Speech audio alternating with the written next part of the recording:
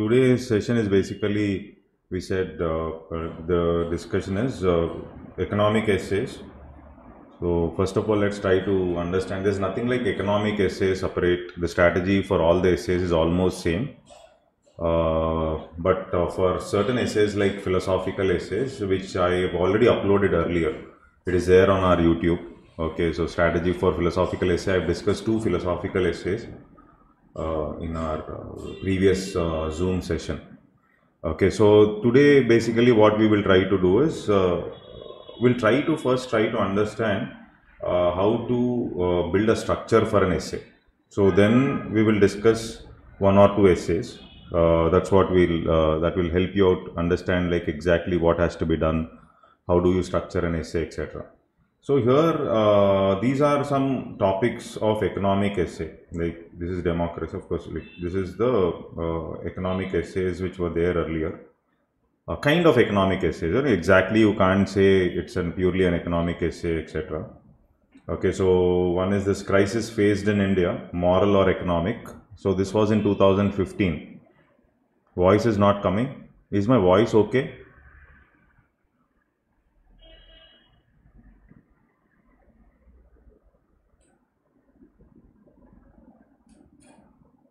Is the voice okay?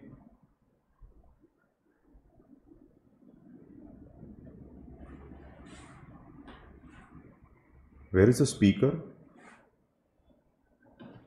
It's working. Okay.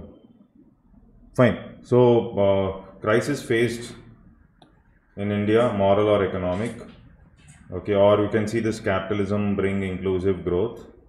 Okay, or this is the criticism that PPP model for development is more of a bane than a boon in the Indian context, justified. So this was in 2012.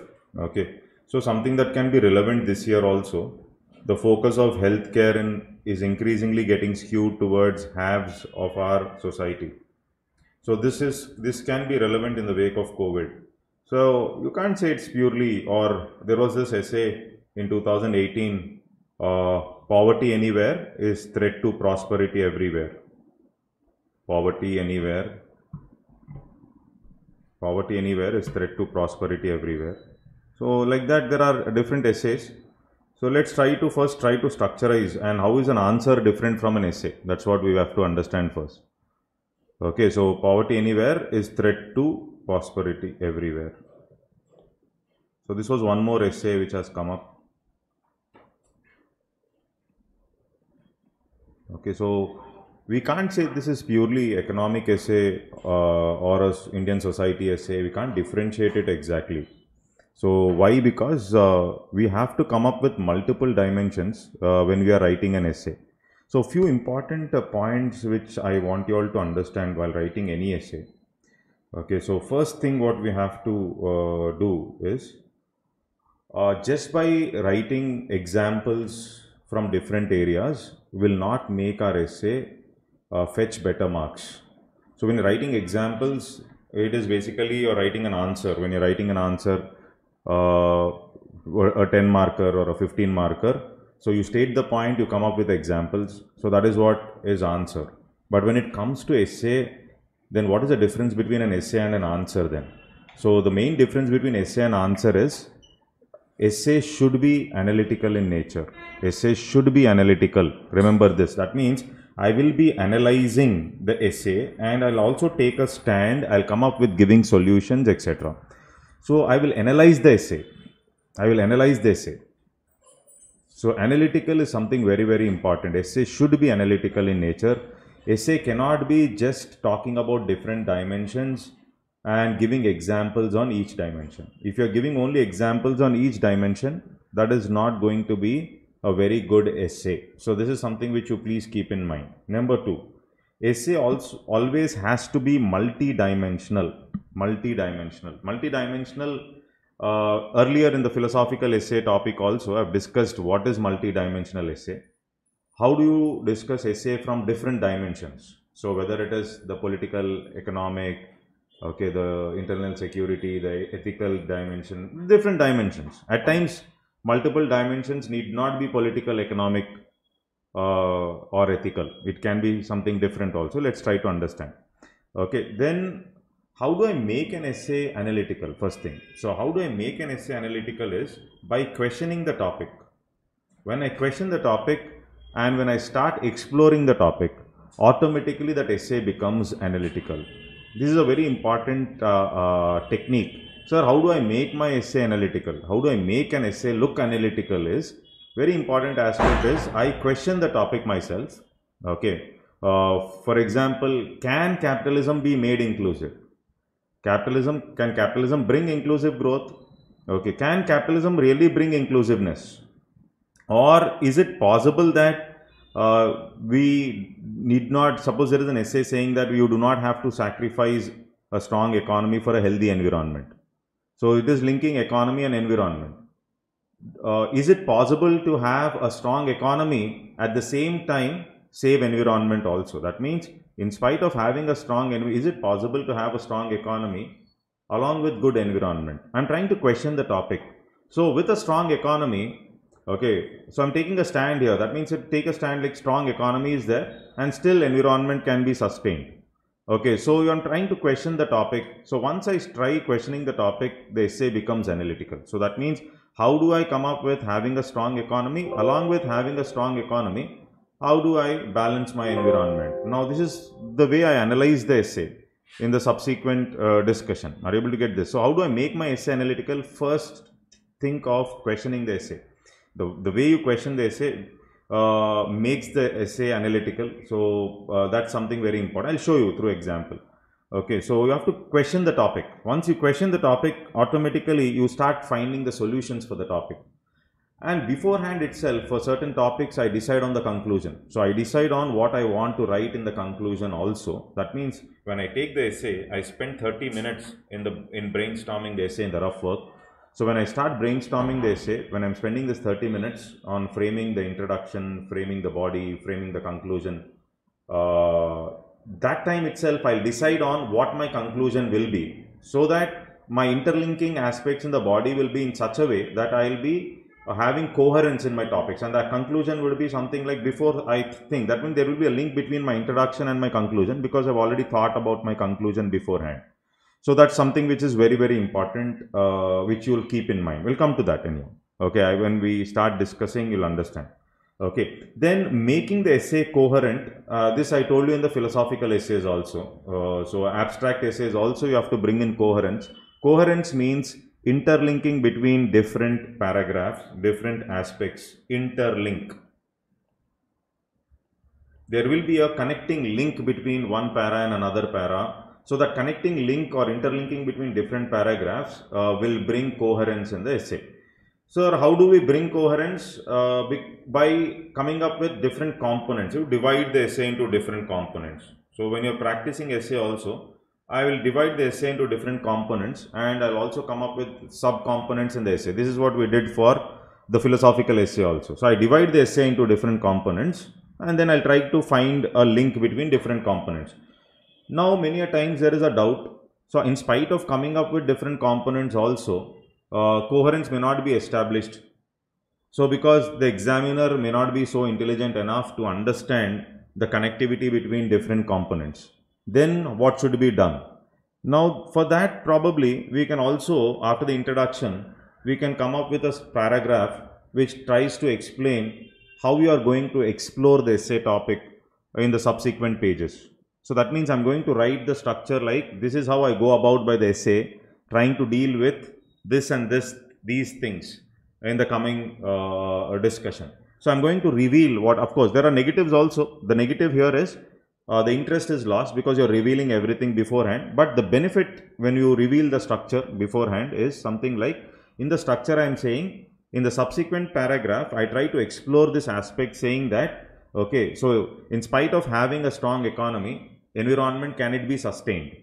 So I try to form a relationship between economy, environment, and this is how I go about. So trying to write about what you're going to do in the structure paragraph after my introduction itself, so that the coherence is established beforehand, so that if that person who's evaluating is not able to find connectivity with respect to your paragraphs, etc., once you have explained what you're going to do, it automatically connects in his mind that this is the structure which you're going to follow.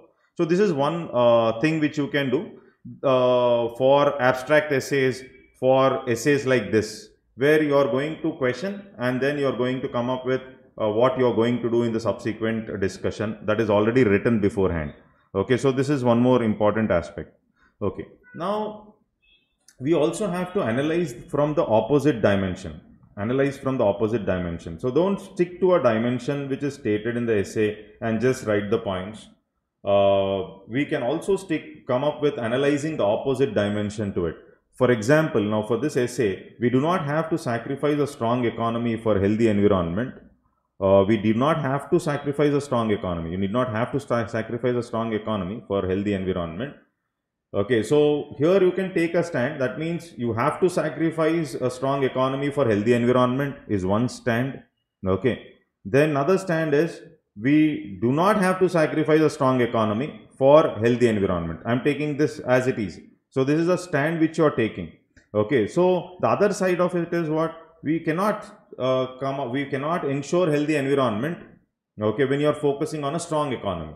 So the other side of it. So look at the essay from the opposite direction also. So opposite direction. You need not stick to the same thing which is stated in the essay topic. The opposite dimension can also be explored. So this is also one more important aspect which I wanted to explain. So till now, is it clear? So anyhow, I'll break this essay. So when you take the essay, first break the essays, first identify the keywords in the essay. Okay, once you've identified the keywords in the essay, then we are going to break the essay into different components and subcomponents. So you divide the essay into different components and you try to address the essay. So whether it is economic essay or whether it is quality related essay, whether it is philosophical essay. Okay, the philosophical essays, the story will be a little different, but the rest is same. The approach will be same. Now, I do not suggest drawing any flowcharts in an essay. So that's my opinion that I ask students not to draw. Number two, don't overburden the essay with too many facts. Don't overburden the essay with too many facts. You want to prove a point, one or two facts, definitely you can write. You're overburdening the essay with too much of facts. Okay, will create problems in the sense that the interest is gone. That emotional connectivity will be lost if you are overburdening with too much. So for example, is asking a strong economy is measured in terms of GDP contribution, okay, or GDP is nothing but something like the total final value of all goods and services produced within the domestic territory of India. Now this is economy, which is not needed when we are writing an essay. Okay, so when we talk about a strong economy is measured in terms of gross domestic product. This is one style where you are talking about more of, or making the essay more technical, or where you are talking about contribution of GDP basically. So India's growth rates, etc. All that in the initial pages is not at all needed. So India is growing at so much rate, India's target is this much. So these are all numbers. So these numbers are not needed in the first page when we are talking about such essays. So that is something which I wanted to make it very, very clear. So including that essay where capitalism bring inclusive growth also. So you need not talk about the definition of inclusive growth initially itself, definition of capitalism initially itself. Now one more doubt many students were asking is, sir, starting an essay with quotation, starting an essay with story, we don't have a story in mind. So how do we frame a story? In the exam hall, a lot of time is getting wasted. So nobody told that it's compulsory that you have to come up with a story or you have to come up with a quotation. So when quotation is not striking you, when story is not striking you, I can start an essay directly, straight away. For example, can capitalism bring inclusive growth? For example, recently I've seen this movie, Jai Bhim, Surya's movie. So probably I got a thought after seeing this movie, can capitalism bring inclusive growth? So instead of defining what is capitalism, okay, so we can straight away start the essay saying that capitalism, which is purely profit motive, has neglected certain sections. For example, as seen in the recent movie, Jai Bhim, where this Irula tribe was neglected by the politicians because they did not have voting rights. They were neglected by the market because capitalism runs on the concept of demand and supply. So they were neglected by the market because they did not have purchasing power. And because of capitalism, important aspects like law, health, that is hospitals, education, are controlled by few entities, and only the fortunate can afford these, and therefore they were not part of getting justice as part of the legal system. So this is what capitalism can do, because thereby inclusiveness is neglected. So here inclusive growth means I'm talking about, one is including everybody in my growth process, whether it is poor, whether it is vulnerable sections, whether it is downtrodden castes, etc., etc. So I'm including everybody in my growth process. This is what is inclusive growth. So that means there is certain section of the population which got restricted, or which could not get justice, or they did not have access to the legal procedures. They do not have voting rights, therefore you are neglected. So this is how I can take this example of Jai Bhim to show that capitalism needs to be inclusive. So the question is what? The essay topic is, can capitalism be made inclusive? The question is, can capitalism be made, or can capitalism bring inclusive growth? But I can come up with this example of Jai Bhim, and I end up my introduction with a question. Yes, capitalism has to be made inclusive.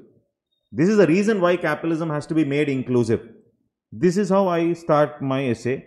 Now some students were asking, sir, this Jai Bhim or something did not strike you in the exam hall. It's not needed. Okay, then you think of something else. Or you straight away, it's not striking you, start away defining. Then in the second paragraph, I talk about what is capitalism. So capitalism is where factors of production are in the private hands. And profit maximization is one of the most important aspects under capitalism, where the economy is run by market forces. This is what is capitalism. This is how I define in the second paragraph what is capitalism. And along with that, I come up with what is inclusive growth. I'm defining two keywords. No, I define what is inclusive growth. Inclusive growth is taking everybody in my growth process. That means I include the vulnerable sections, including the poor, women, disabled, the lower sections, etc., in the process of growth of the country. So this is how I've defined it in the second paragraph. But now this example of Jai Bhim is not striking you, then probably you can straight away go ahead with defining what is capitalism. Is it wrong? It is not wrong. Define what is capitalism.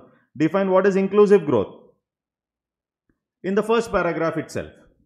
Is it okay? Yes, it's okay. But if strikes, then I felt this is a better way of introducing my essay, because it is recent in news. Jai Bhim movie is booming, and it clearly strikes how capitalism can deny different aspects. Or you can talk about IPL, whatever it is. Now this is how I talk about. Then I establish a link between capitalism and inclusive growth. No, you establish a link. How do you establish a link between? Then I talk about Oxfam report about inequalities. Okay, so Oxfam report I talk about. Now facts. Oxfam report is a fact. Or I'm talking about ASER report with respect to access to education. It's a fact basically. Now I'm coming up with some facts. Where am I coming up with the fact? I'm coming up with writing facts in the third paragraph. I did not write facts in the first paragraph. I did not write facts in the second paragraph.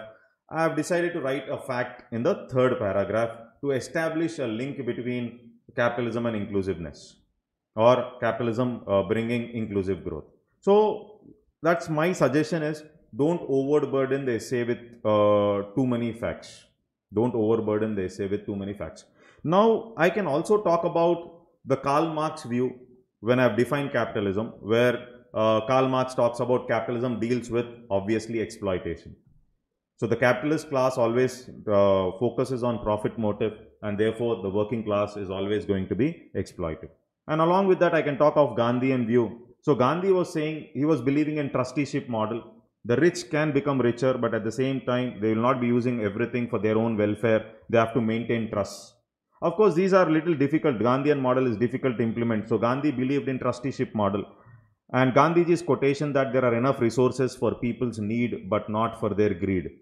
So capitalism runs on the concept of profit motive, and therefore there's no upper limit for profit motive. So obviously greed drives in, and there are enough resources for people's need but not for their greed. Now same capitalism can be linked to environment, where Gandhi can be brought in. There are enough resources for people's need but not for the greed, and therefore you exploit the environment. So when capitalism, when profit motive becomes too much, okay, so you can talk about this. Or you can bring from ethics topic, you can bring Gandhiji's talisman. So whenever you're taking any decisions, you have to think of the last man who is going to benefit because of your decision. So these are all these are when you're coming up with solutions. So you'll be using Gandhiji's talisman, etc. In the ethics, you'll be using it. So these can also be used when I'm writing an essay. So though I make it as I use the word as economic essay. So Gandhiji's talisman or quotations of Gandhi and Karl Marx need not be purely economic. Okay, so once you have defined what is capitalism, what is inclusive, this is how. I'll come to that essay a little later. So everybody, I hope you have understood, or any doubts you have till here?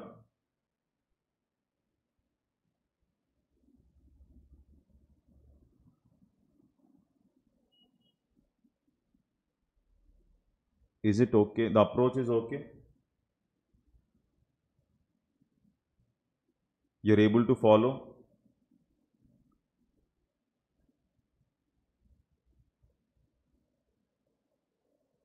Okay. Sir, one doubt. Somebody has a doubt. MS. Okay. So defined it, what to do, then, yeah. What is the doubt? You want to speak out, or you want to put it on the chat, put it in the chat, yeah. The doubt. Somebody MS has a doubt.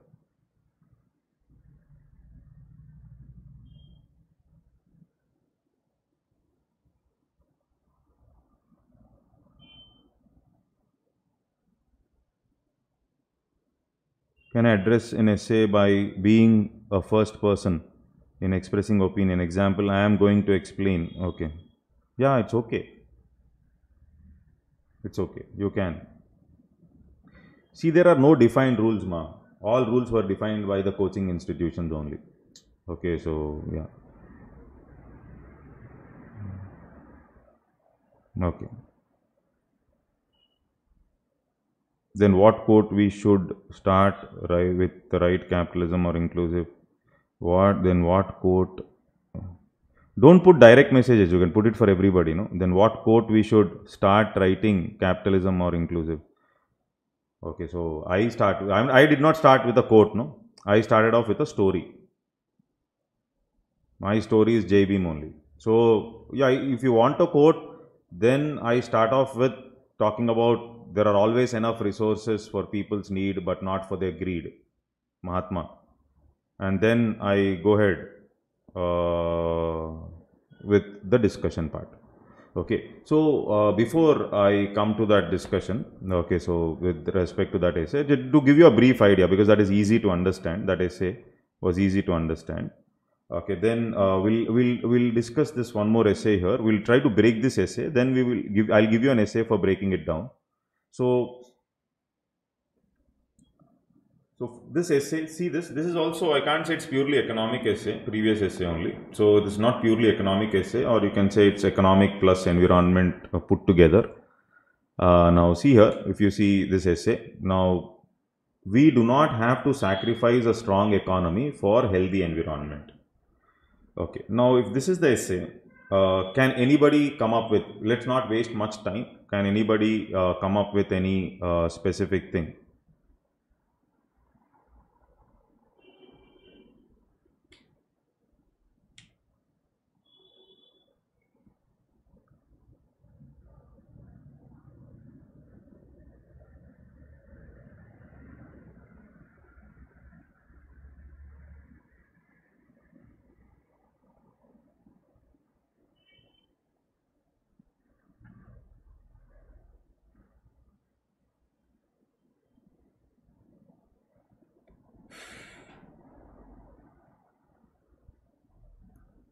Starting with sustainable growth model. Okay, fine. So now here, first of all, identify the keywords in the essay. Two keywords. One is you have economy.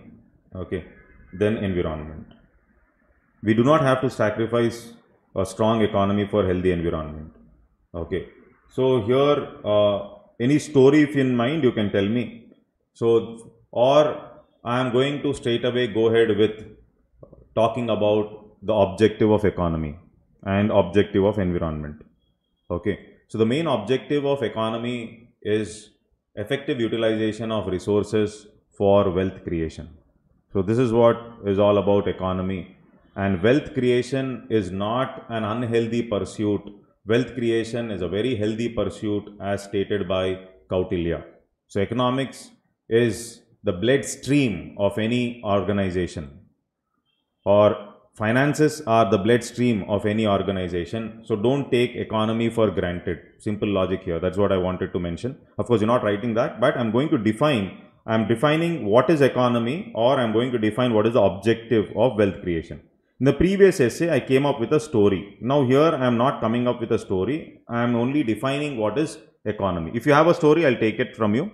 Okay. And then the second aspect is, I'm going to talk about what is environment. So environment deals with different aspects. It talks about natural resources which are needed. Okay. So, and comprising air, water, etc. So this is what is environment. And when suppose that means in the first introductory paragraph, I have defined what is the main objective of economy, and then I have also defined what is environment. Okay, and it's a very simple introduction which I have come up with. Any other introduction which you have in mind for this particular topic, you can just let me know.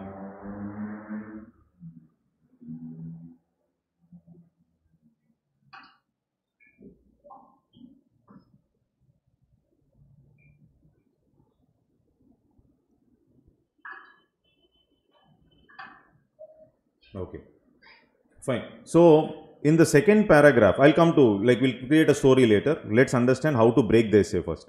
Okay, in the second paragraph, I'm going to mention what I am going to do in this essay. I've told you, I'm forming a link. How do I make my essay coherent? Is basically breaking down the essays into different parts, and I have to have a link between different parts. So the way I'm going to structure my essay, that is what I'm going to explain in the second paragraph. That means I'm trying to talk about the different components which I'm going to focus in this particular essay. For example, okay, so that is, I'm going to explore. So first I'm going to question the essay. Is it possible to have a strong economy, okay, without sacrificing environment? I'm trying to question now. So I said, if you want to make your essay analytical, you have to question. How do you question now? The questioning is it possible to have a strong economy without sacrificing environment? Okay, so that is what I am going to dwell upon in the initial stages of my discussion. Okay, so in the second paragraph, next I will be talking about the importance of economy. So what is the importance of economy? Then I'll talk about the importance of environment. I'll come to it. I'll talk about importance of economy. Then I'll talk about importance of environment. No diagrams in exam. This is for my shortcut. Okay. Then I will frame a interlink between economy and environment. Interlink means, okay, how there can be a strong economy. That means how can economy and environment interface, or the bridging of economy and environment. This is what we are going to discuss in the subsequent discussion. That means first I have mentioned what is economy, I have mentioned what is environment. Okay, then I have talked about what I am going to explore in the subsequent paragraph, that is trying to create a structure for my essay. After that, I am going to form a link between economy and environment, or interface between economy and environment. So that means a link between different sectors of economy with respect to environment. Okay, so this is what then I'll also talk about why weak economy is not sustainable. Okay, so the next is why weak economy, because I'm taking a stand. What is my stand? My stand is we do not have to sacrifice a strong economy for healthy environment. This is my stand. I'm taking a stand that strong economy is possible without sacrificing environment. I've taken a stand. So I'm not going here with middle path. My intention is strong economy is needed. Why? Because already there is environment destruction which has already happened. Now after industrial revolution, the environmental destruction has already started off. So from last 2000 years also, where the environment destruction is already over. Now I cannot go back and come up with talking about sustainable development. At the same time, whatever I have to do practically, I have to do it right away. So right away, I cannot think of compromising my economy for the sake of environment straight. And therefore, I am saying the strong economy is, we can have a strong economy without sacrificing environment. So this is my stand. So my whole essay, I will be going in this direction only. In this direction only. So that means, so then I have talked about the interface. I will come to that, what I will write in the interface. And then why weak economy is not sustainable. So why am I writing this? Why weak economy is not sustainable? Because my stand is strong economy is needed without sacrificing environment. Okay. So why weak economy is not sustainable? This is what I talk about. Okay. Then how do we remodel the economy?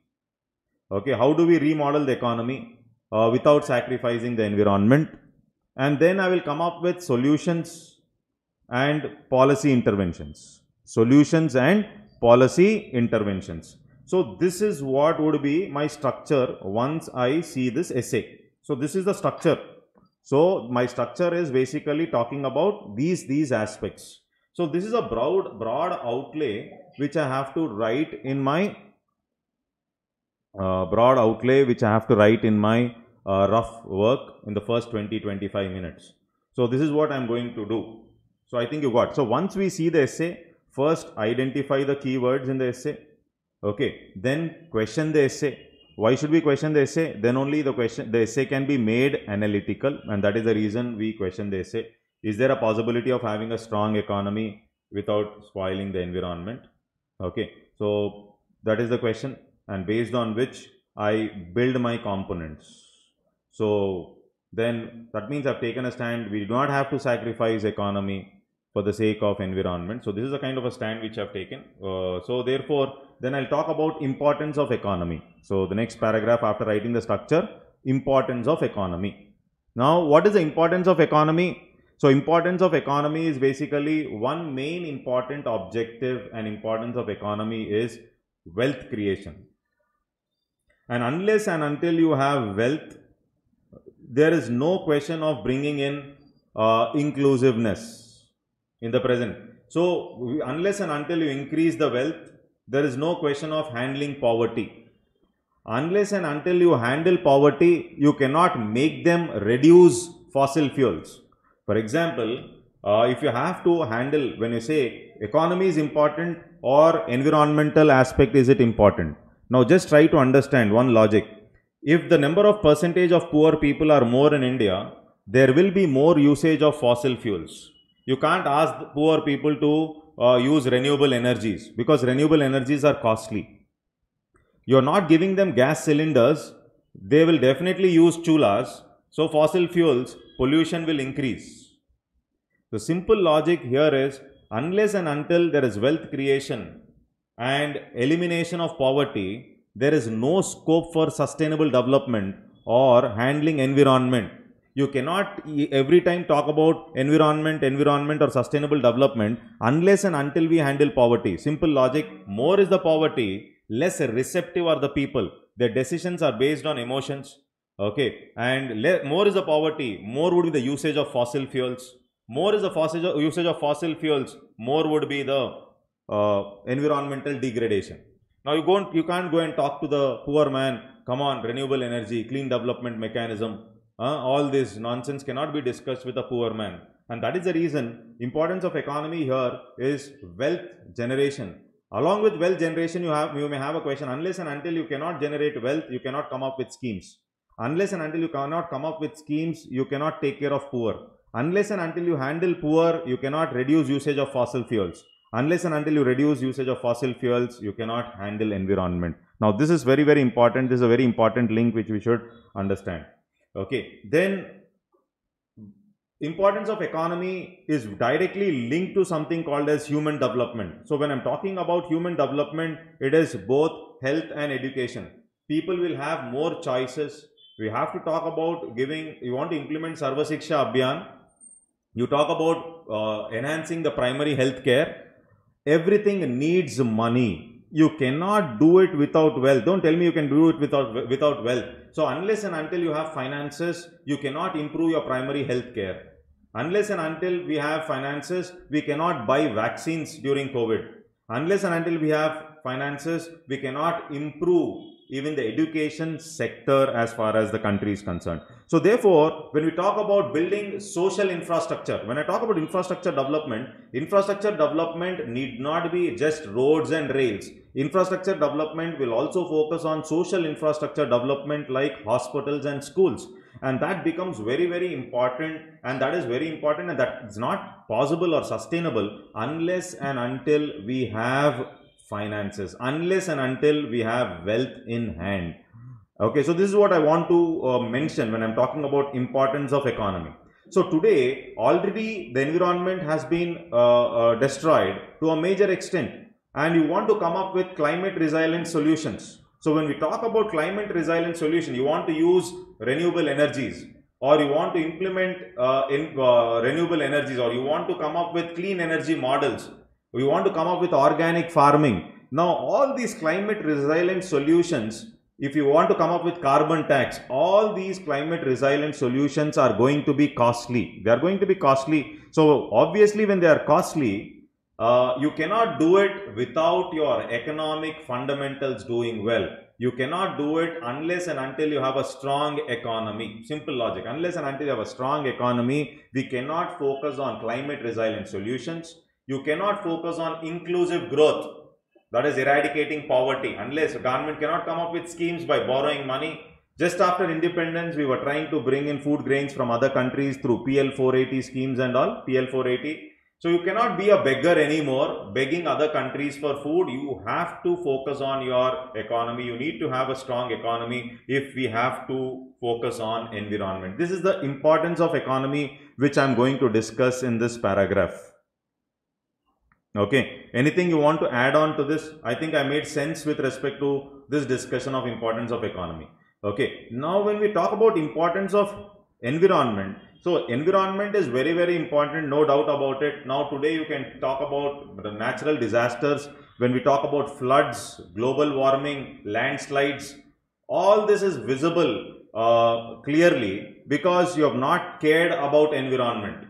Okay, so it is destroying the humanity. It's clearly visible. So that is the importance of environment. For your economics also, you need natural resources. Unless and until we have resources, you cannot increase the economic growth. So therefore, environment becomes a very critical aspect, because unless and until we have natural resources, nothing can be done with respect to economics. This is what I am going to talk about, the importance of environment. Similarly, now Delhi, the Supreme Court has come up with go ahead with a lockdown because you do not have proper, the air pollution is too high.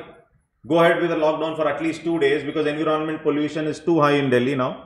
Okay, so this kind of discussion, that means when we talk about public health, so health is wealth is something which we all understood and which we all know. So that means unless and until you have a clean air, proper drinking water, clean environment, wealth cannot, there is no point of wealth. So therefore, if you want to ensure health, or health is something equal to wealth, health is more than wealth in fact, or health is wealth, that means public health becomes a very crucial factor. So when I'm talking about impact on environment, so if public health is getting affected because you do not have clean air, clean drinking water, now you want to wear masks at home itself, in Delhi especially. Now all these are aspects which you will discuss in this particular paragraph, where I'm talking about the importance of environment.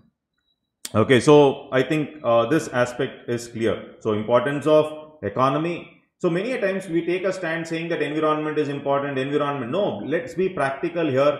You cannot change things going back. So today, strong economy is very much needed. You cannot say environment is the most important aspect, etc. Nothing you can do unless and until you handle poverty, unless and until you have a strong economy. So therefore, we need to take a practical stand.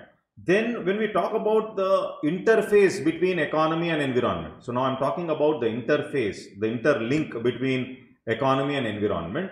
So this interface between economy and environment, so I'll differentiate. Economy means there are 3 different sectors. So I'll take primary sector. So how can primary sector affect the environment? Okay, so generally we want fast track solutions, whether it is primary sector, whether it is secondary sector, or whether it is tertiary sector. So we want fast track solutions, and that is what is leading to environmental destruction.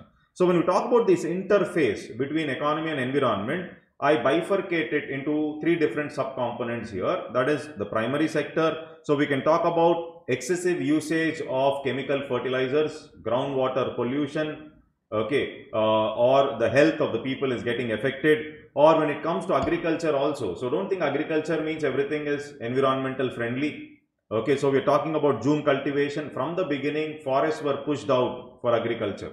So it is, unless and until you remove forest, you cannot come up with proper agriculture, even in the olden days also. So you can't say there was no environmental destruction earlier.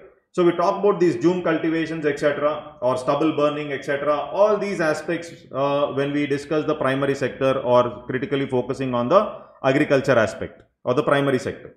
Then in the secondary sector, we can talk about the manufacturing sector, exploding manufacturing sector. Okay, so or the manufacturing sector affecting the aquatic biodiversity, or there's no proper effluent treatment, or you can talk about this pollution which is that is the factories, etc., the pollution which is leading to acid rain, spoiling the environment. Okay, so affecting the humans at large. So this is basically the impact of the secondary sector. We can also talk about the construction sector here. After 1991, how construction sector or the big malls, all this can be discussed as part of the secondary sector. Okay, then talking about the tertiary sector, that is the interface of economy and environment, we have the tertiary sector. So when I see tertiary sector, don't think service sector is not affecting. Service sector can also affect the environment. For example, you go to Tirupati or you go to Ooty now. Now Ooty is not Ooty as it was earlier. I recently visited, and you can see the amount of pollution there. That means tourism means fossil fuels. Tourism means you are destructing, you are spoiling the environment. You can talk about Lakshadweep in newspapers recently, where we were talking about implementing a Maldives model, etc. It was all in there in newspapers, etc.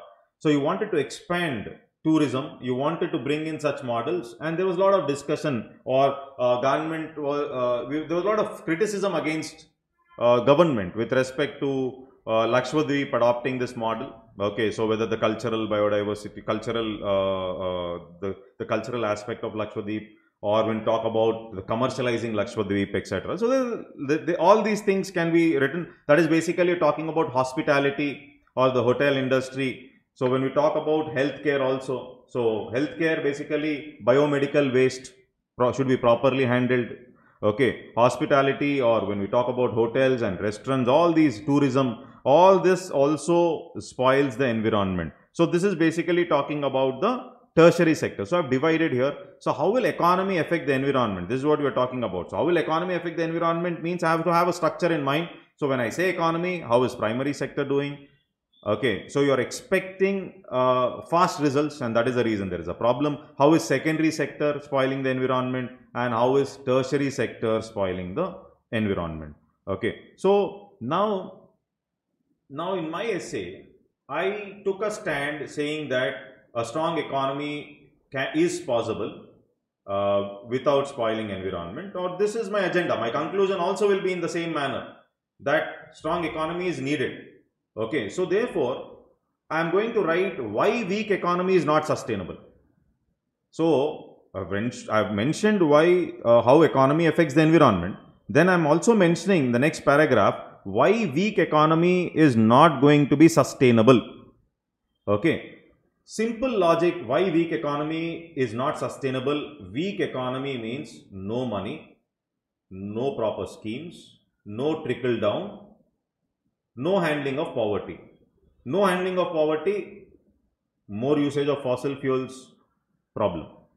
Similarly, if I want to come up with taxes like carbon tax, okay, or use renewable energies, or as it is, economy is weak means you come up with one more tax means it will become still weaker. So therefore, weak economy, you cannot talk about carbon taxes, you cannot talk about incentivizing clean energy.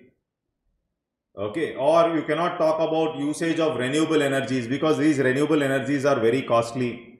You have to wait for the developed countries as part of Annex 1, Annex 2, which you do know, in the UNFCCC, the Annex 1 countries, Annex 2, Annex 3 countries, Rio de Janeiro summit. Now they are going to give us technology, etc. So all this you have to wait for the developed world to help you out with respect to environmental sustainability. Now this is what is happening. So a weak economy is not sustainable because is not sustainable in bringing in sustainable development also. A weak economy is not sustainable in bringing in sustainable development also. This is why what I believe, because that's the stand I have taken. So therefore, I believe that there should be a strong economy. Why? Because I cannot invest in climate resilience techniques. I cannot implement UNFCCC. I need money. I cannot invest in renewable energies. Okay, and I cannot motivate poor people, okay, not to use fossil fuels. A weak economy cannot be sustained. Okay, you cannot come up with taxes like carbon tax, etc. Obviously, carbon tax, you cannot come up with carbon tax. That's one more tax. Weak economy, it will create problems. Okay, so, and if you talk about agriculture, now you are saying weak economy, subsistence agriculture. Subsistence agriculture means hand to mouth.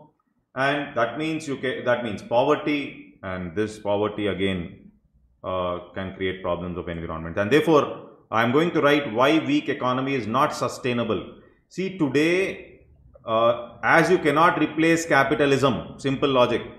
Today, I cannot focus completely on environment also. Let's be practical. Because everybody knows that I cannot completely focus on only environment, neglecting the economy.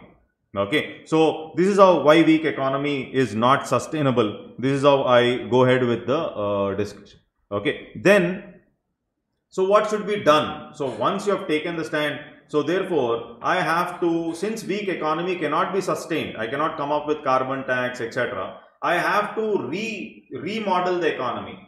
Remodel the economy in such a way that environmental destruction will be reduced. I have to remodel my primary sector. I have to remodel or change my secondary sector, the way it operates. I have to remodel the tertiary sector so that I make it environmental friendly. Okay, so weak economy cannot be sustained. You cannot come up with carbon taxes, and therefore I'm going to focus on economy, but at the same time I'm going to remodel my economy and to bring in environmental sustenance, for which I'll come up with whatever changes I can bring in with respect to different sectors. As I mentioned earlier, with respect to primary sector, you can come up with zero budgeting natural farming. That means you are focused on environmental farming where you are using less chemical fertilizers.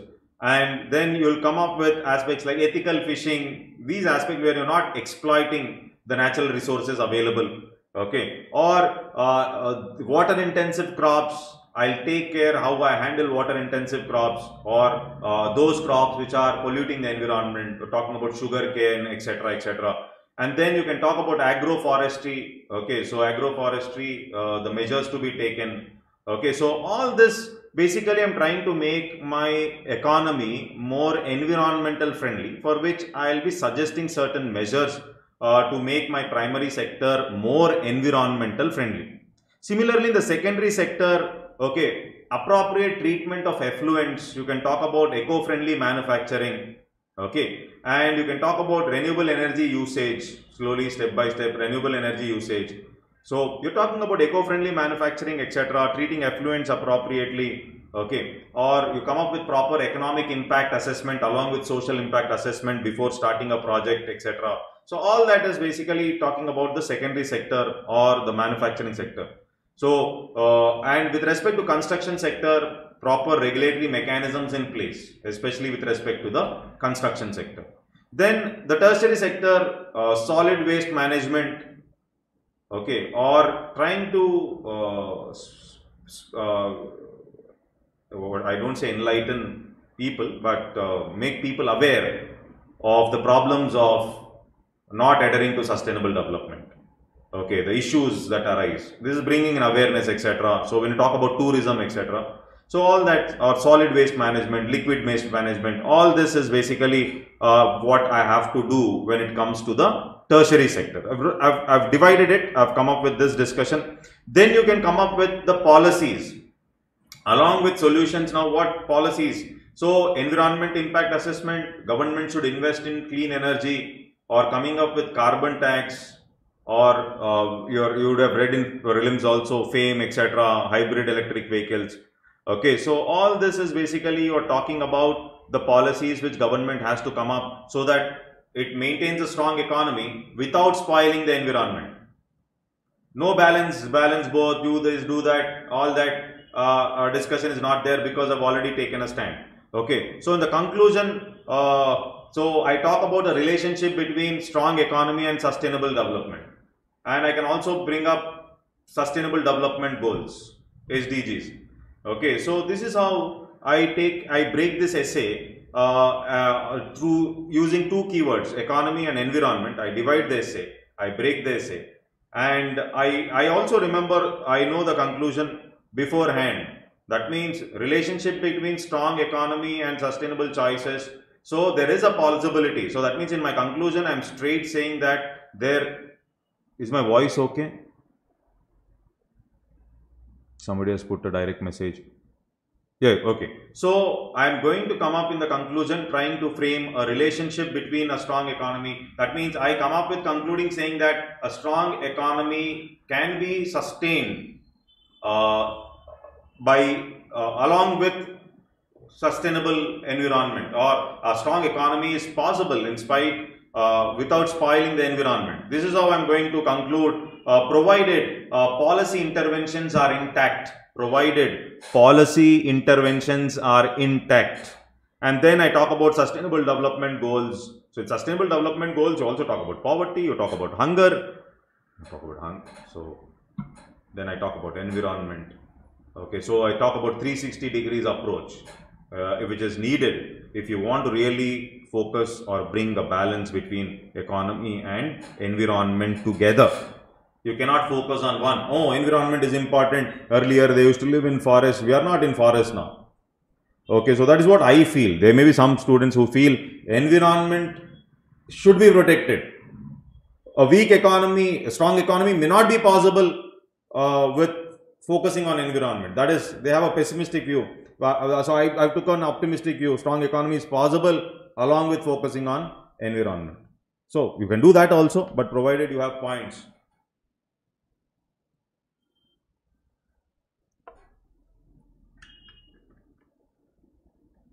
This is okay.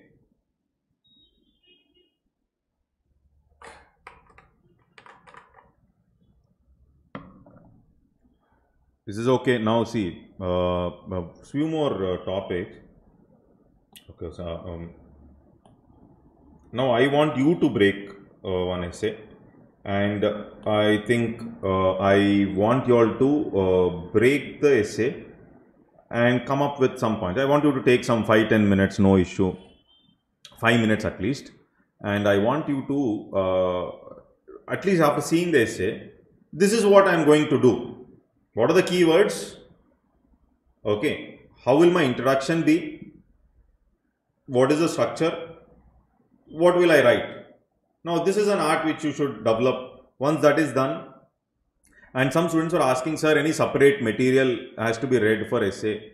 So, for philosophical essays, you need to have some reading, but that also is not completely needed. Your good knowledge in general studies and you have the approach, then I don't think great reading from some different books is needed. It's not needed.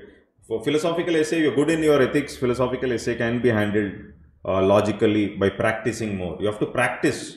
You practice all the previous year's essay. So when any student is coming to me, especially those who have cleared prelims, some students are there here. So say practice previous means they get a what previous questions already asked. Previous questions are already asked, but previous questions are the most important. Okay, so for essay also, right? Previous essay practice, previous ethics question practice, previous economy, polity, and go to the exam. 60% job done. 60% job done. 100%. Actually, I'm telling you, this is the strategy to clear. Okay, then only think of new essays, think of coaching institute essays. First previous and then. Okay, now let's take this area. I don't know how you deal with it. Now I want your thought process. I don't know whether if you speak it is you can speak out also. So here, crisis faced in India, moral or economic. Now this, let's take this topic and think for some time and break the essay. How do you go about the essay? And if somebody wants to come up with an intro, want to speak out also is fine. 5 minutes, 10 minutes. I don't think it's a time waste for those who are writing this year also. You put the flow chart in the sense like the way I did. What would be your approach for this essay? Crisis faced in India, moral or economic?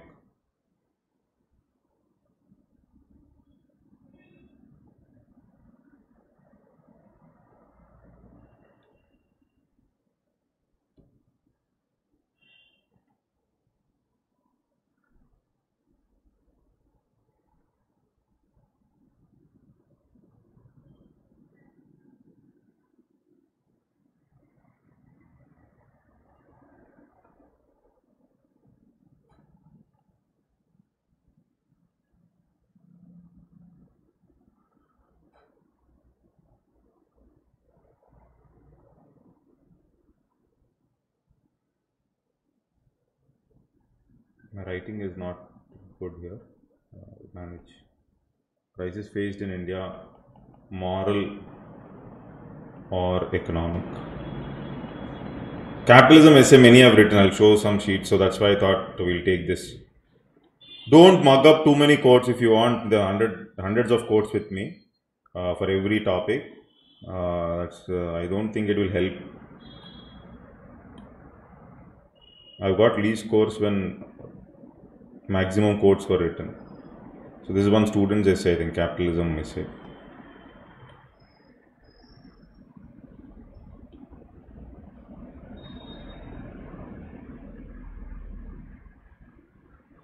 Okay, let's do this.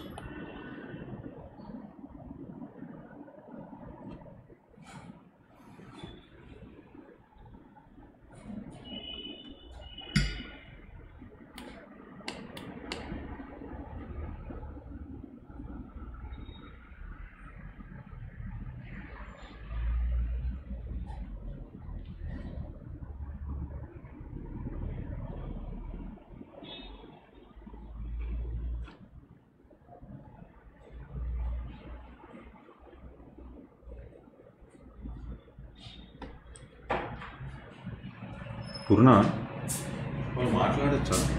మాట్లాడచ్చు. అది వినిపిస్తుంది mic. మాట్లాడుతున్నాను. లేదు, మాట్లాడలేదు ఇప్పటిదాకా.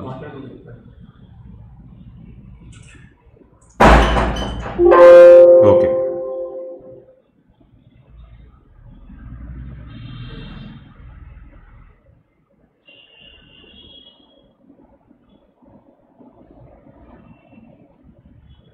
They can speak. Okay.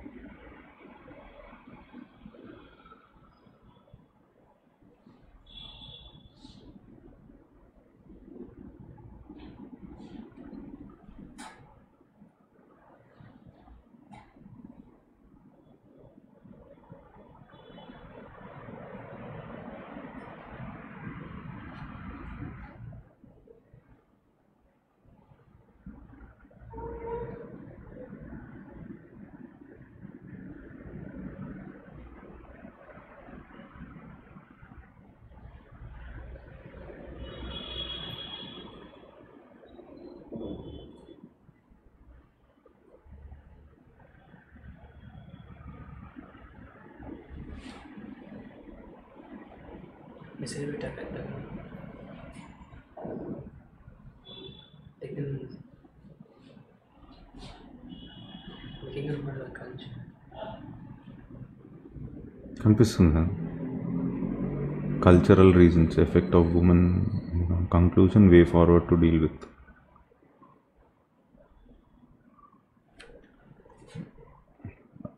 Just trying to read somebody he's written yeah 1 second voice Vinay 1 second Vinay yeah tell me ma'am Sir, good evening, sir. Good evening yeah. Sir, first of all, in introvert, we need to differentiate between what is moral, what is economic crisis, sir. Okay. And second part, we need to discuss about crisis faced in India in the sense, moral or economic. I think it is moral and in the economic also, sir. India faced in moral crisis at the same time economic crisis also. So we need to take stand between two, sir. So we should not support any moral or economic. So first important question, we need to differentiate between what is moral crisis and economic crisis, and we need to discuss about the historical perspective of moral. I mean, we need to discuss about the sound yeah. Actually, it is not picking, sir. It's okay, no problem. You tried. Good. Okay. Ram has written what's crisis definition, and then definitions regarding moral and economic crisis. Okay.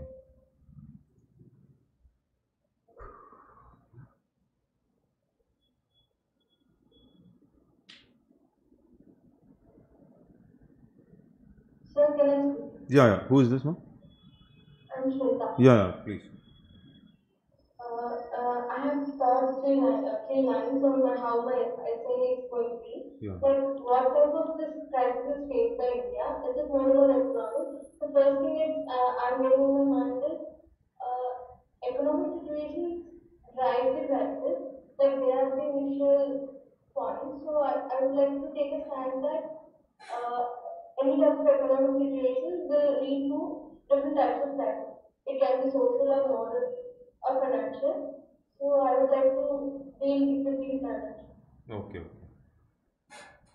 Fine. Anybody else?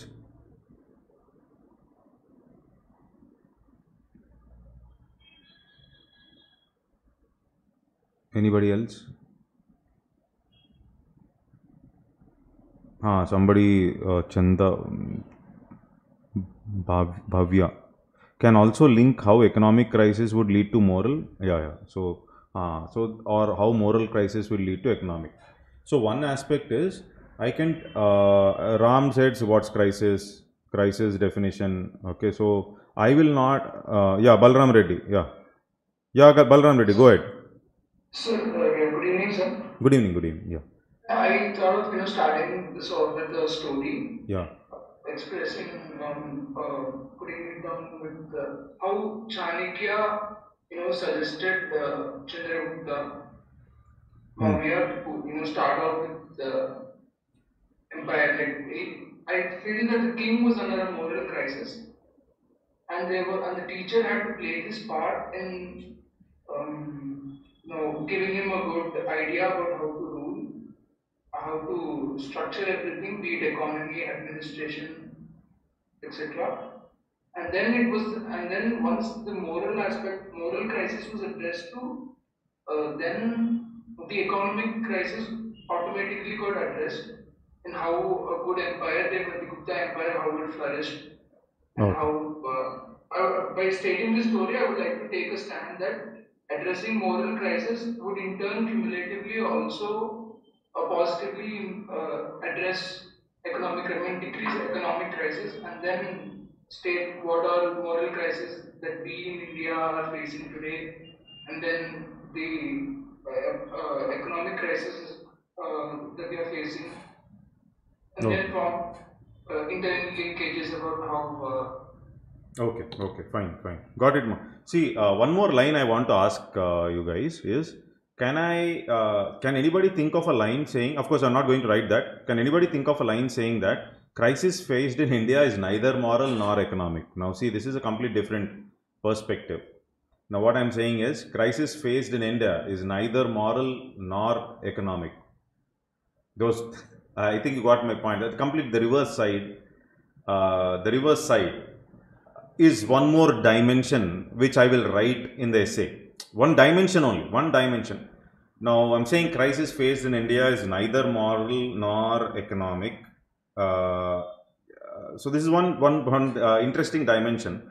So if we try to understand India, okay, so in the past few decades, India was a nation where we were, most of them thought that they predicted that we'll fall apart, okay, after independence. They did not even expect that India would establish itself and stand by itself as an independent nation. But India now strives to be one of the global power. So India is one such country which has given yoga, Gita or Vedas, or we even gave Buddha to the world. Now this is something like, I'm talking about the opposite side of it. I'm just trying to make you think. And India is one such country where has never lost its culture in spite of so many invasions. Now I'm talking about the other side. So the moral fabric of the country was never hit. Unlike other countries, we did not have a single military coup in India, even till date. India is one such country with so many religions and castes living in harmony. Of course, I'm making statements in harmony. You may question, sir, recently, don't you think certain sections were, yes, certain sections. Our constitution itself talks about the fundamentals of socialism and secularism, which we have added to. We have never persecuted certain sections of the minorities in India as it is happening in certain countries like Afghanistan. Now see, this is only talking about I love India, jaise, huh? So this is the other side of it. India stands strong when it comes to GDP in PPP terms, standing third in the world. Okay, so in spite of a difficult crisis like the economic crisis in 1991, we resolved it very properly and our forex reserve stands above $500 billion. Now, this is one dimension. Now, I am completely adhering to the constitution. We talk about rule of law. Now, sir, all this is there on paper, but not in reality, you may say. But it is comparative. But if I compare India with Japan, the negative side, Japan is one such country with a strong moral fabric. In spite of Hiroshima, Nagasaki, now Japan was able to be one of the most growing economies of the world, not because of its economic strength, because of its moral fabric. Now, this is another side of it. Now, this is not questioned in the, so this dimension is not questioned only in the essay. Essay is what? Crisis faced in India, moral or economic. One dimension which I will think is, if crisis faced in India at times is neither moral nor economic, is also one dimension. Neither moral nor economic. I have adhered to constitutional fundamentals. Minorities were not persecuted. That means, of course, there are some negatives. I'm not saying. So I'm trying to support the point. Now. So talking about Buddhism, whatever it is, or giving yoga, Buddhism, Gita, okay, and all the religions living in harmony. Sir, where is the harmony, you may ask, but there is some harmony compared to other countries. See, you don't have so much of diversity living in such a kind of harmony. It is because of the cultural strength of the country. Now, this is the other dimension, other way thought which I am talking about, which you can think of. Okay, so somebody has the body part, divide the given statement into socio-economic, political, ethical, constitutional, environment, then the moral aspects in all these, and then to conclude, can we write about Germany financial crisis which led their people to migrate to other nations? Yes, you can. Okay, so I think you got my point, right? So I hope students have understood. Okay, so I am talking about all the positive. India is a country where women are respected, initiatives Swachh Bharat, Namami Ganga. So this is another dimension of it. Of course, I am not saying this dimension is true. So this is one dimension. Okay. Now somebody has come up with a story. Balram has come up with a story, and some have written the division there. Okay, so here crisis faced in India, moral or economic. So there can be an interlink between moral and economic crisis. So there can be moral crisis leading to economic crisis if you try to understand our history. Okay, so is it moral or economic? You cannot define. Is it moral crisis which is leading to economic crisis? Okay, and it can be economic crisis leading to moral crisis also. Okay, so this is one more dimension which I'm talking about. So you define what is morality. So morality is an abstract concept. Okay, you're defining what is morality, adhering to constitution, adhering to laws, or adhering to your inner conscience. What is morality? What is economic? Okay, so what is economic crisis? What is moral crisis? I'm going to define what is economic crisis, what is moral crisis in my second paragraph. And once I've defined what is economic crisis and moral crisis, then my next aspect is moral crisis can lead to economic crisis. So how can moral crisis lead to economic crisis? Now try to understand India just after independence. I'm talking about just after independence only. Forget about the previous episode before independence. So just after independence, as we framed constitution, we were talking about socialism, secularism. And as part of socialism, ensuring social justice is very important. To ensure social justice, we have come up with distributing land in rural areas, we're distributing land, or we have come up with land reforms. So why did we come up with land reform? To ensure social justice to the landless as part of an aspect called as socialism ensured in our constitution. But land reforms was a failure not because of economic aspect, but land reforms is a failure because of a moral aspect, where few people wanted to amass more land or keep it with them. It is basically greed. And it's a moral aspect which led to failure of land reforms. Now try to understand now, and it led to poverty. It led to poverty in the sense like social justice could not be ensured, tenant farmers increased. All this is not an economic problem. It was a moral problem leading to an economic problem even today. Now, when we talk about the moral problem, we can talk about the British tenure systems like Zamindari, Mahalwari, Raitwari, okay, and they were complete exploitation, and that aspect of these Zamindari systems is one aspect connecting the dots, is the reason for our agriculture problems even till date. Your primary sector is still struggling even today because of this particular British tenure system, which was highly exploitative. You had money lenders coming into picture, money lenders exploiting the farmers, and farmers remained deprived. Now, all this is basically I'm talking about after 1947, where moral problems can also definitely lead to economic problems. Everywhere in India, if you try to trace, we came up with first green revolution after drought, then we came up with Garibi Hatao programs, we tried to come up with FCI and all, we tried to focus on buffer stocks, etc. But because of improper implementation, because of corruption, the poor people could not benefit. The last man or the poor or the vulnerable sections could not benefit. So for every 5 rupees that was spent at the top, only 1 rupee was reaching the beneficiary. Or talking about, according to World Bank, if in India, if corruption would have been less by another by 7 to 8 percentage points, then India's GDP growth would have been 6 percentage points more than what it was today. Now this is a stat which was given by World Bank, which shows the moral problem. Corruption is moral. It's not an economic problem straight. Corruption is a moral problem. Economic problem, you can say they're not getting salaries and all, but it's a moral problem leading to problems with respect to implementation of schemes, whatever it is.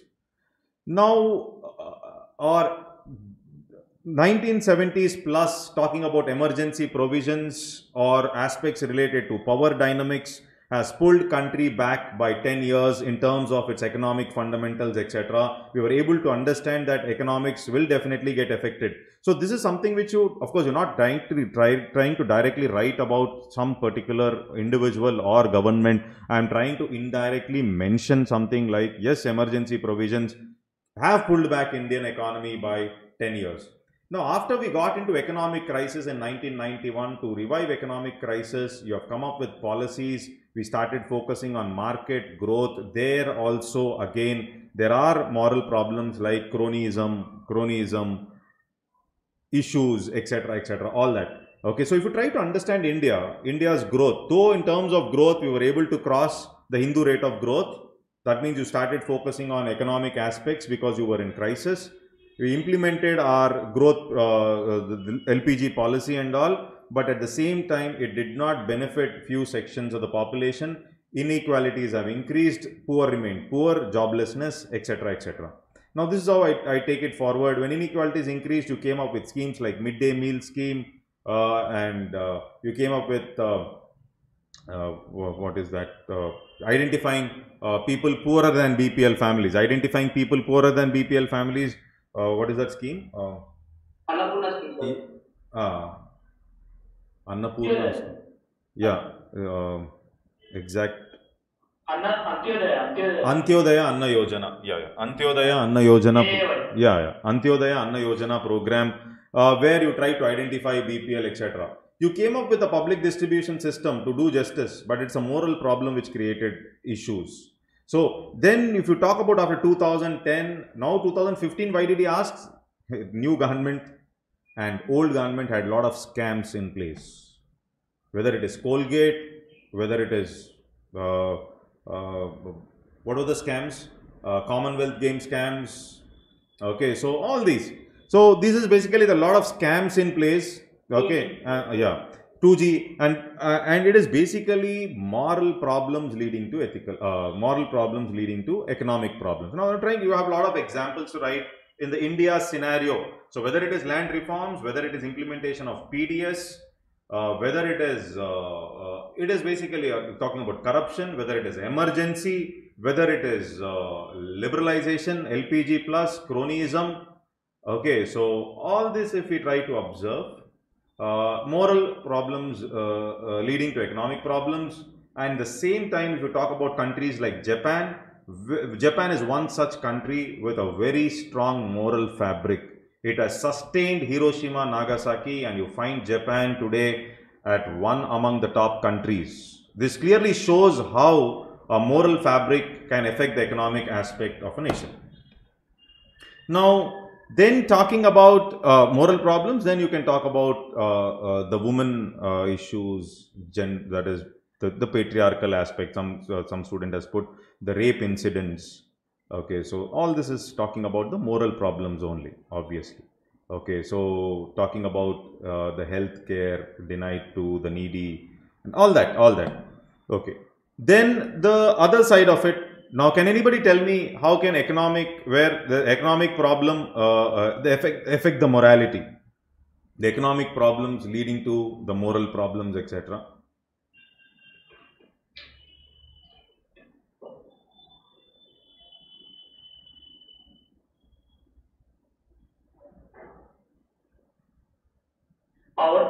Poverty can lead to increase in social crimes. Okay, poverty leading to increase in social crimes. Okay, like domestic violence or okay. Domestic violence, more drugs on street, all that. Okay, so this is one more. So here, this is another dimension. How can economic? Now, my stand is, though moral affects economic affects moral. Okay, ultimately, crisis faced by India is more moral than economic. This is how I go ahead. I'm not saying it is the right stand. I'm saying this is how I go ahead. By saying that, I take a stand here saying that the crisis faced by India is more moral than economic. So till now I've discussed, and that I will come up with saying the another dimension is crisis faced by India when comparison to other countries can be seen as neither moral nor economic. Neither moral nor economic. The dimension which I discussed first, which most of us do not write. Neither moral nor economic. Definitely I can talk about India as a nation after independence, how it struggled hard and what it has done. Neither moral nor economic, and today we are in a position one among the global powers and one among the globe to be global power. So neither moral nor economic, and then I'll take a stand talking about how.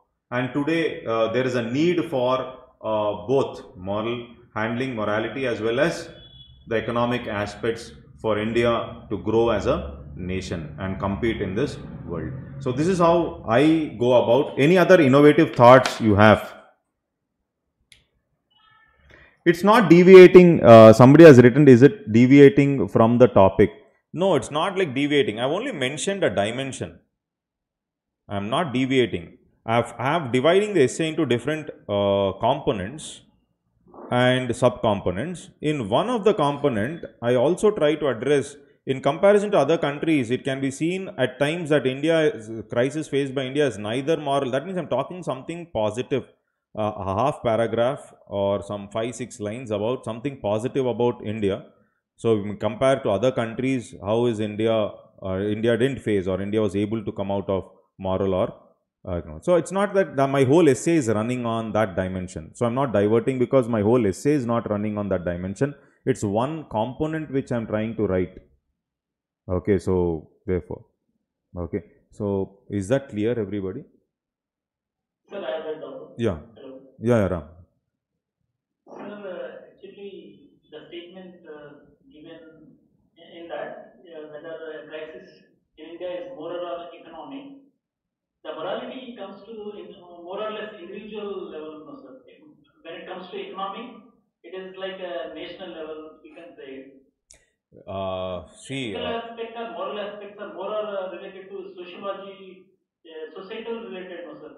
Like their religion or ethics, all these things see, involves rather than economics. No, here I am taking, see, of course, in ethics definition, they define morality as individual in nature, no doubt about it. And they define ethics as something like on a wider perspective. So, and your ethics definition is like morality and ethics both deal with right and wrong, but morality is something individual, okay, and ethics is something. But here, when I want to compare he mentioned India here. Okay, so crisis faced in India. So I'm not too much focused on individual. What is India? India is a group of people.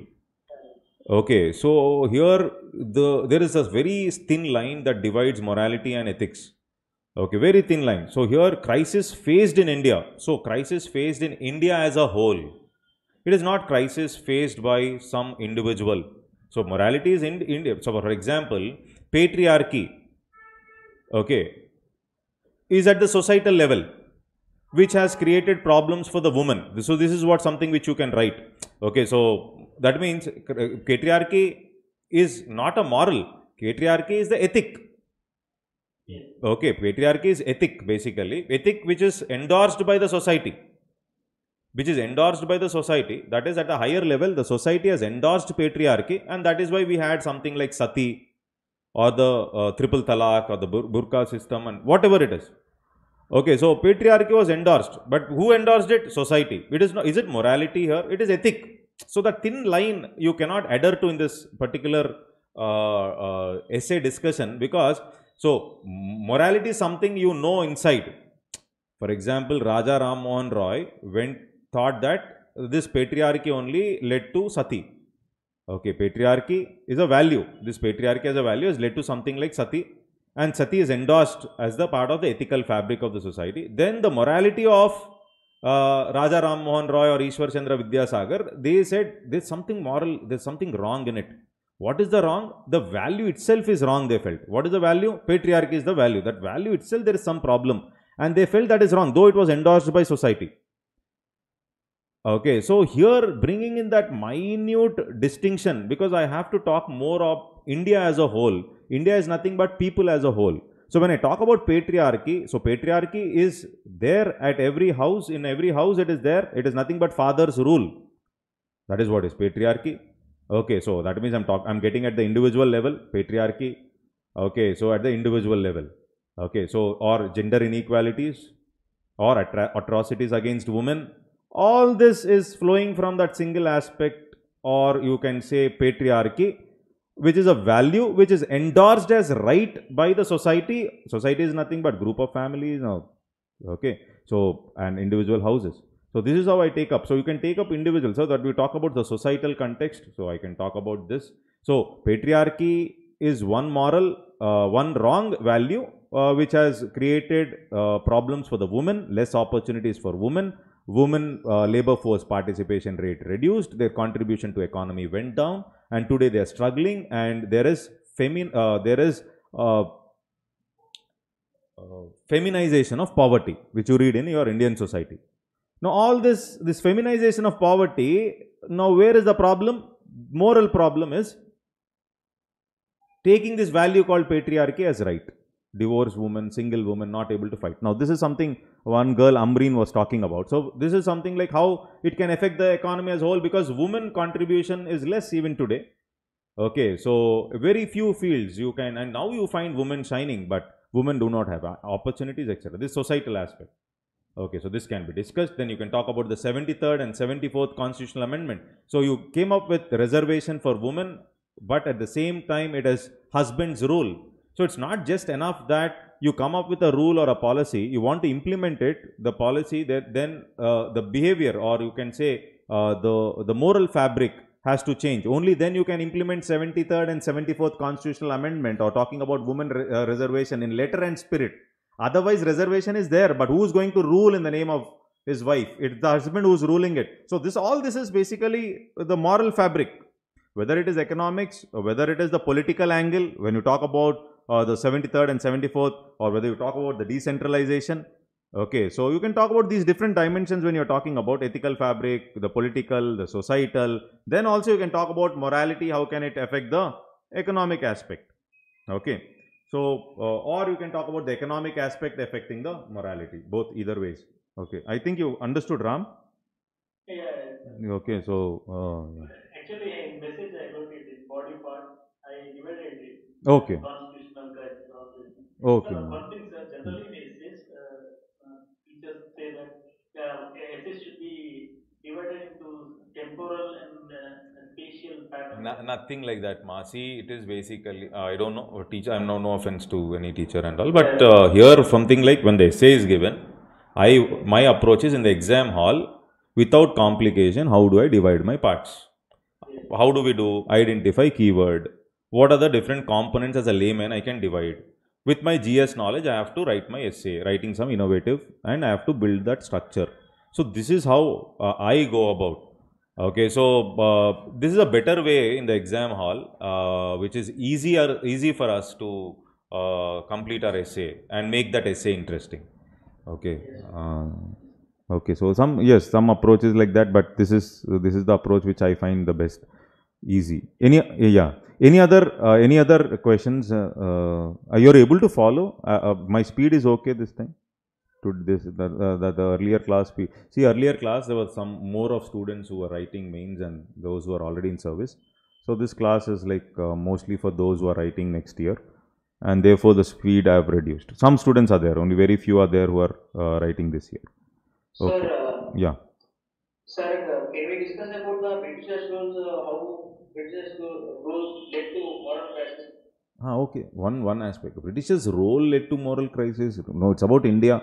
Don't push it on Britishers. Okay. So So it is basically historical factors. So you talk about historical, you're talking about political, you're talking about social. Social I explained just now. Okay. So you're talking about ethical.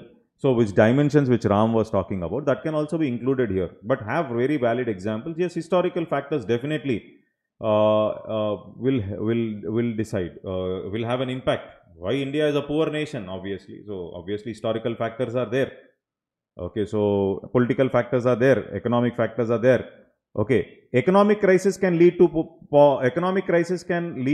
moral crisis, obviously. For example, when the most of the chunk of the population is poor, okay, their voting patterns will be more emotional rather than rational. Remember this. In India, when you say a 500 rupee note will drive him to vote today, because he cannot think of future. When somebody is starving, okay, so that is the reason Vivekananda was talking about giving a football. Don't give a Bhagavad Gita to a starving man. So the simple logic here is, when a country is in economic crisis, when the people are poor, okay, so you cannot expect people to take rational decisions. You cannot ask people think about sustainable development for the environment. You cannot ask people to vote according to rationality. They vote based on emotions. For example, what are emotions? Religion, caste. Okay, poor people are more emotionally driven. A 500 rupee notes will drive his voting pattern today rather than thinking of what will happen to my future generation. So when I am starving, you can't ask me to think about my granddaughter. So this is something like how and an economic crisis can also lead to a moral crisis in the political context.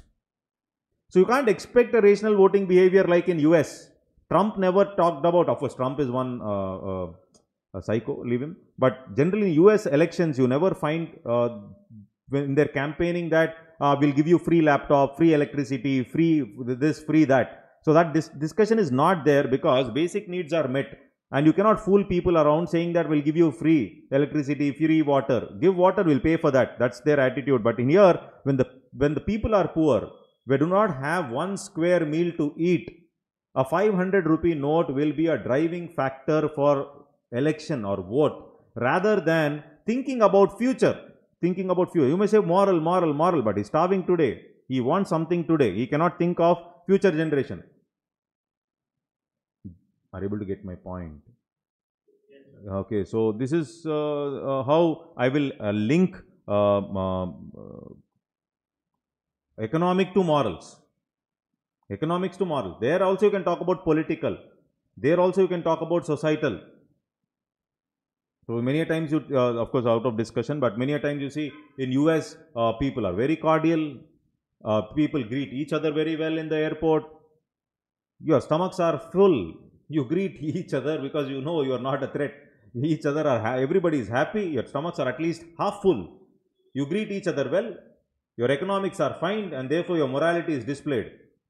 When people are starving in African nations, in India at least, when crisis comes up, unlike US, nobody robbed others.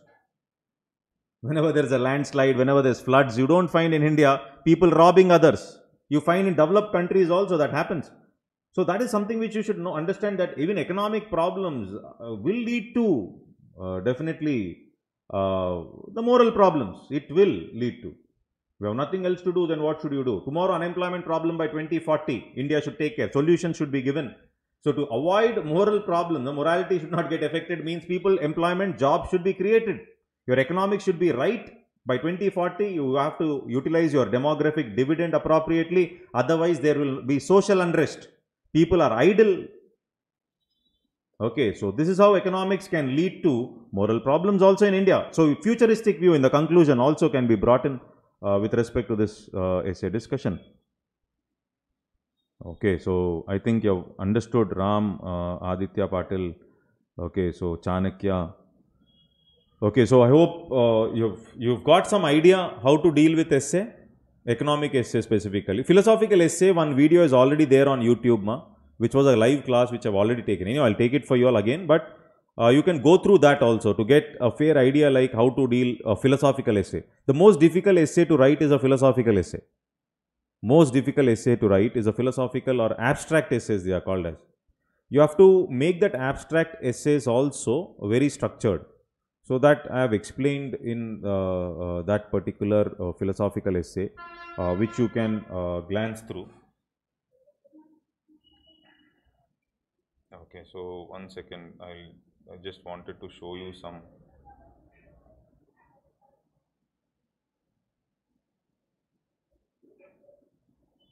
I think it's, you have to write. Once you write, then only, because each person essay is different. It's like you can't say, okay, you go ahead with this way, that way. So essay is something like,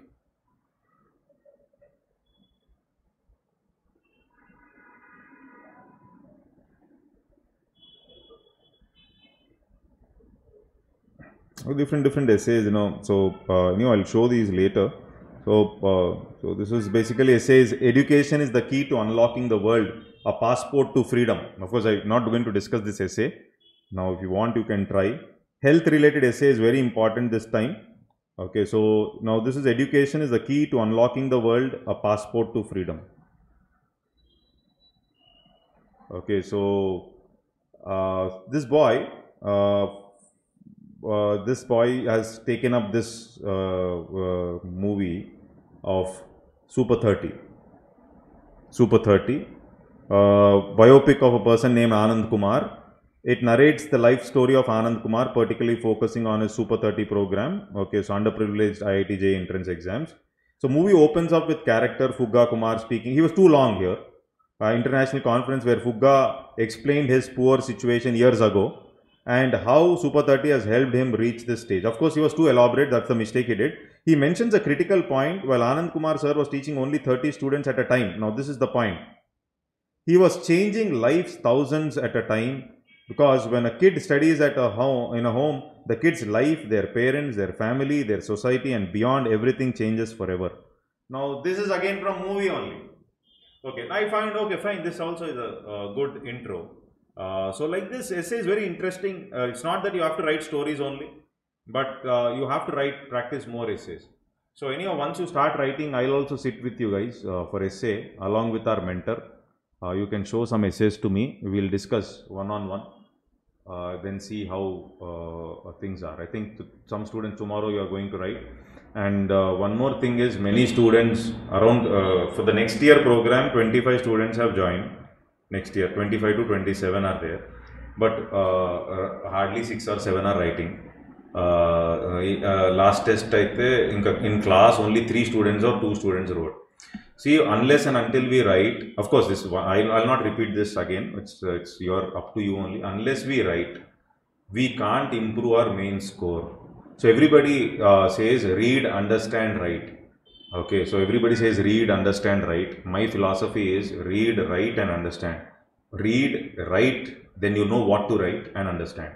And one more small suggestion. Before reading any topic, clearly have all the questions which have come previously. For example, I'm reading about essay on health related aspect. All aspects related to health, essays related to health, previous essays, 1, 2, 3, 4, 5. This is what they have asked. What can be asked? I'll frame and then I'll start preparing for health, education, agriculture, economics crisis, capitalism, all essays first I will see, then I'll read about these previous essays, I'll work on them, then what else has to be done. Same with respect to questions. You're reading something related to president, all previous questions, main questions on president, parliament, what they have asked, fundamental rights, then I will read fundamental rights. This is always the best way to read. Once questions are seen, don't say everything I will read, then only I'll see the question. No, first see the question, then read, then comes writing. While you write, you learn how to write, and that's the end of the story. Okay, so this is my approach, and I feel this is the best approach. Now, how do you know, sir? I know. Okay, so this is the best approach because you know what to read then. Because you know these are the questions, you know what to read, how the questions will come, and that will definitely I think enhance your efficiency in GS. I am telling you, GS 450 is possible. It worked with many students. It worked with many students. 450 is possible. I never. So I'll show you. So this is my 2018 ranker. It's Naveen. Okay, you can see this is the best GS scores. Of course, 2017 also we got a rank, but it was a big rank. That's why he got railway service. Now this is purely IAS material now. 75. It's possible. It's possible. It's not luck.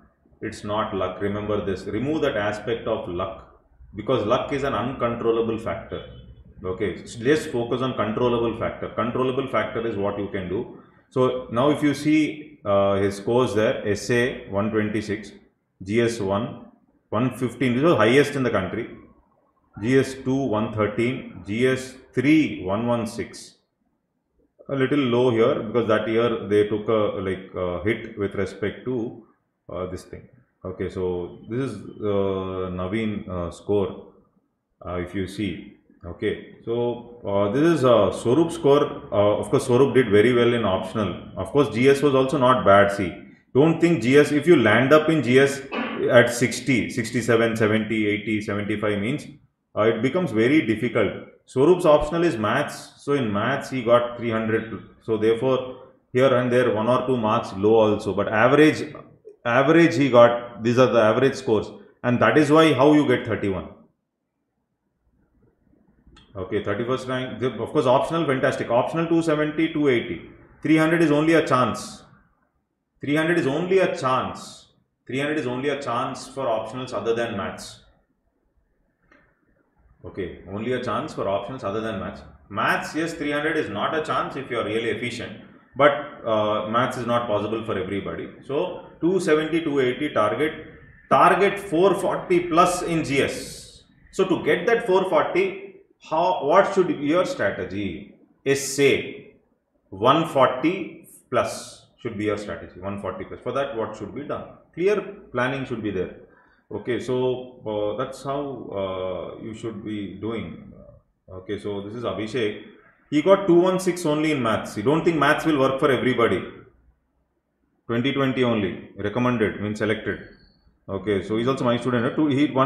Maths was very low. If you see this maths score, but he got a rank forward category only, 616. Okay, just to show you, because average performance, everybody like low scores in GS, he did average, see here, 125, GS 1, 2, 3, and ethics, everybody got less, he got a decent score, and 3, everybody was slaughtered, he did well in interview. Okay, and then 904, 616. So this performance you can do. If you here you can get 280, 270, here 216 only, though it is max. 216 optional and still service is possible. Service is possible, service is reachable. Okay, don't blame on luck. Okay, so strategic mistake. So strategic mistake we should not do. If we are doing strategic mistake, for example, strategic mistake means for example, for every topic I used to read n number of books, which not needed for UPSC. N number of books not needed. That is why first old questions, then start your preparation, then let's see why rank will not come. Provided you clear prelims. Then let's see why rank will not come. I guarantee, now I don't guarantee, but I say yes, we can do it. I am so confident that we can do it, provided you clear prelims. So clear prelims is again that I'll discuss with you later. Okay, so these are some scorecards. Other scorecards are also there, like this Madam Kiranmai got 516 rank. Okay, so with medical science optional. Okay, so essay was 128. So essay 120 plus is compulsory. Essay target should be 140. Essay target should be 140. Okay. I hope I made some sense. Okay, so is this clear, everybody? So expecting tomorrow you will write the essays. Okay, whatever may be the topic, put pen on paper, write something. Then we will see what can be done, what improvements can be done. Okay, fine, I'll stop here. I hope you enjoyed the class. Okay, thank you.